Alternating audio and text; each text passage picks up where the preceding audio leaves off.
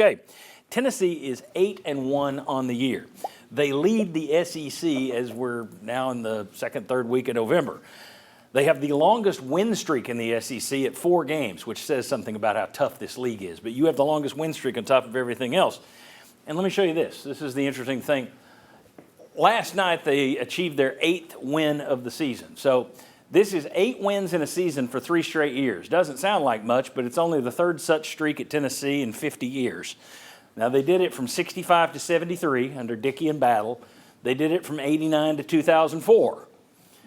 But it hadn't happened often, and it's been 20 years since they've won 8 games or more in 3 straight years. Coaches who've done it, Robert Nealon, Doug Dickey, Bill Battle, John Majors, Philip Fulmer, and now Josh Heupel. The last time Tennessee won at least 35 wins in a 4-year stretch. Again, go back 20 years, 2001 to 2004. They're breaking down barriers. They're doing things we haven't seen in a long time at Tennessee.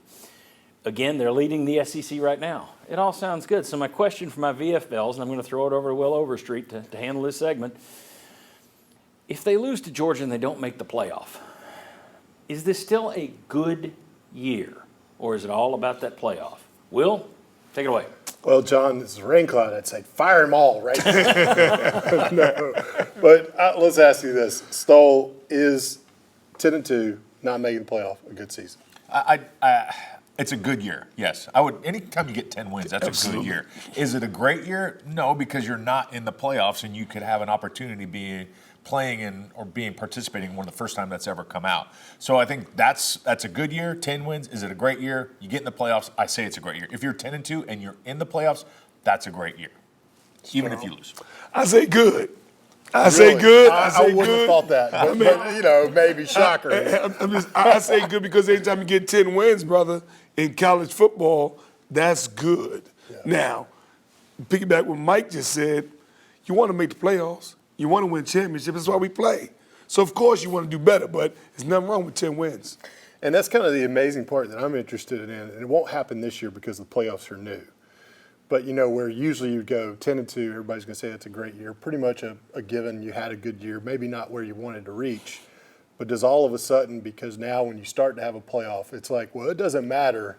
All of a sudden the new definition of good, great, and all that stuff starts changing to say, did you make the playoffs or not? And that becomes the cutoff line. I think, too, at the end of the season, if we don't make it in, but those 12 teams do, and then how does the SEC fare in that playoffs? If they do really well, then it's like, well, hey, we were just the last guy out, but all these other people that were in there got blown out by SEC teams.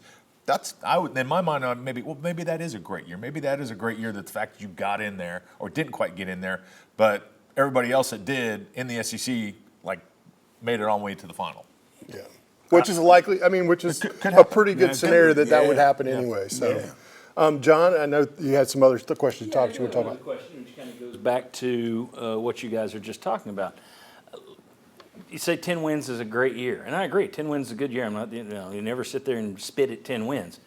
However, does it take off a little bit that you have played? You got no control over it, but you've played four of your wins have come against 5 of the worst teams in the SEC. You got 4 wins that are at the bottom of the SEC right now. Now you helped put them down there with your win, but you haven't played a great conference schedule. You got a win versus one winning team. Your non-conference was an absolute joke. Does that count off at all, or do you still say, nope, you play who you play? Well, not this year. Not this year. We beat Florida and Alabama at home. Think about that. When's the last time that's happened? That's awesome. 2022, 2 years ago. Well there it is. And as we talk about 2022, we always talk about how good of a year that was. Yep. That's all I'm saying. The shine is there. Don't take the shine off when it's there. I think you also have to just think about it this way. What John started with was where we have been in the valley of death that we were. To be where we are right now, I think you just have to say, listen, I got to be happy with 10-2. I could be a little disappointed, but at the end of the day, Derek Dooley, Butch Jones, we can go on. That's where we were. So to be here, to be talking on a show like this, and Sterl not to be totally out of the race of betting money on the sports anymore, this is a good place to be. So I just have to say that this is a good situation. And even if you don't reach the mountaintop this year, at least you're hitting at it to say maybe we can get there next year. The clouds have lifted. Literally, right there. All right, good job, fellas. When we come back, we will preview Tennessee, Georgia, using our favorite game, will they or won't they? And we got some good questions this week, some interesting questions. Come on back on the Sports Horse.